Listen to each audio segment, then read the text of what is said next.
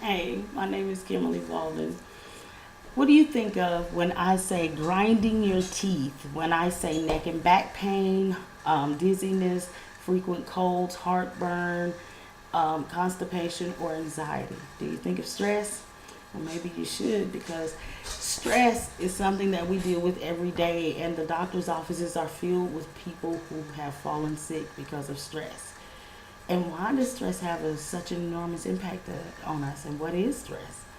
And most importantly, what do we do about it? Well, at the age of 28, I was diagnosed with fibromyalgia, which I thought was like a shot in the foot compared to the fact that I had already been diagnosed with chronic depression as well as post-traumatic stress syndrome.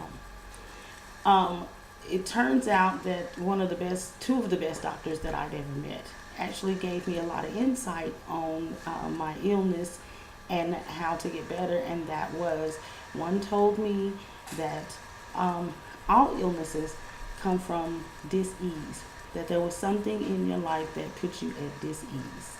And the second one told me that all my stress coping chemicals had been depleted, and that I not only needed to deal with emotional stresses that I had had from my past, but also learn how to deal with my physical body better when it came to coping with stress. As far as the last several weeks, I've done more extensive research on stress, as well as taking classes to go into my major of being a health psychologist, um, in order to learn more about stress. So I have some experience, personally as well as academically, when it comes to the subject of stress. Well, what is stress? Well, there's no definition that adequately has been able to make everyone happy. So the best definition that I can give you is that stress is emotional or physical tension that comes from adverse circumstances. um, and the effects that stress have on our bodies. The very first thing that it starts to happen is something called our sympathetic nervous system. It signals the adrenal glands to release adrenaline and cortisol. That's one of the biggest things that it does. And of course, adrenaline gives you that very hyped feeling, and you have heard people being able to lift up cars whenever they've had their adrenaline kick in. It also causes a lot of muscle tension, and if you think about people who have a lot of neck pain and everything, it's a lot of time because of very tense muscles that they're just walking around with. And with the fibromyalgia, that was another thing that I had a lot of issues with as well, that the doctor would say came from tense muscles. He said it was like holding your arms out like this and never being able to put them down. So that's what tense muscles are like. You also have a lot of hard breathing whenever you get stressed out, and sometimes it can even cause hyperventilation. You get an increase in your heart rate. The muscles in your heart contract. The heart muscles and the muscles leading to the very large muscles in your body, they dilate, so you get a very decreased blood flow that in your body whenever that happens. You know, your blood supply actually starts to refocus, you know, in order to kind of compensate for the increase in the adrenaline. So your body starts to go through a lot of changes just from being stressed. So you think about how the different types of stress that we have. We have everyday stress, which is called eustress.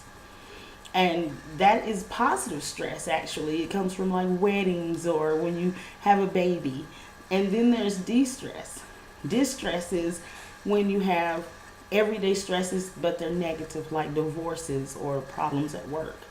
Then there's acute stress. Acute stress is that fight or flight, is that when you feel like you have to defend yourself.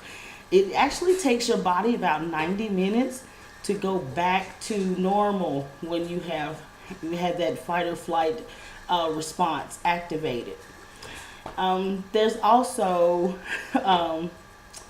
chronic stress. And chronic stress is the one that over time, everyday stresses that we haven't dealt with can cause us health problems. And this is the one that a lot of times people are in the doctor's offices about, and the one that apparently caused me the most problems. Okay, well, another thing that can happen with is that women can have irregular, absent, or painful periods because of stress. Men have lower testosterone, and this also causes lower sexual desire and can cause impotence in men. So, an excess cortisol, which everybody knows about this, or at least sees the commercial where they're talking about the belly fat. Well, this comes from the excess cortisol. Sometimes a person can have too much cortisol in their body, and this will cause them to maintain too much belly fat. They can't get rid of it. Well, you can have headaches, you can have high blood pressure, you can have vomiting, you can have all different kinds of things that come from stress. But the end result is that you can change all this just by doing some simple lifestyle changes, like eating better. Eating well helps to put the nutrients back in our bodies that we need. Also taking multivitamins. Exercising is a great way because to help with stress, because you release endorphins, and these are like the happy juice or the happy chemicals in your head, or the feel good chemicals in your brain. So there's also a very big thing about coping with stress is getting enough rest, because your body actually repairs itself when you're resting. So when you're resting, it repairs from that whole entire day. So getting an adequate amount of rest is very important. And last but not least, one thing that everybody could do, or at least try to, is to drink 10 to 12 glasses of water. You always feel better whenever you are flushed out and clean. And if you are, then you usually feel less stressed and it makes you happier. In conclusion, it is possible to have a wonderful life and to not be bogged down with stress. What I would love to say, and what I think that everyone should know, is that you just have to be willing to make some changes in your life. And if you are, then you can have a wonderful life that is at least not bogged down with stress, and it's not stressing you out. Yeah, don't let stress stress you out. That's the best thing I can say. Just don't let stress you out. Thank you. Thank you for listening to my presentation. Have a great day.